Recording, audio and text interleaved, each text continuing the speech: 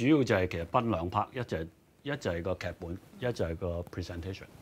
佢先要劇本過到關啦，不停咁睇，即係可以一次過就睇晒啦，即係唔會擠低就得。所以你第一步都係要個劇本。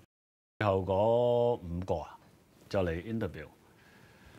咁嗰個劇本好好嗰個咧，佢都準備咗啲嘢，拍咗啲嘢嚟，但係拍得嗰啲嘢咧就比較馬虎咗啲，個 budget 又做得馬虎咗啲，即係跟住佢係年青啊嘛，佢真係即係唔知有冇30歲，咁就有啲怯場啊，講嘢即係好似我上鏡咁啊，即係做得唔係幾好，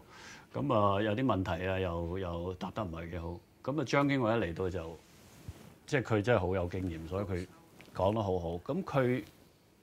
拍咗啲嘢，佢拍咗幾個硬照，咁佢講到嗰啲意境，咁大家就覺得即係佢嗰個 presentation 係100分。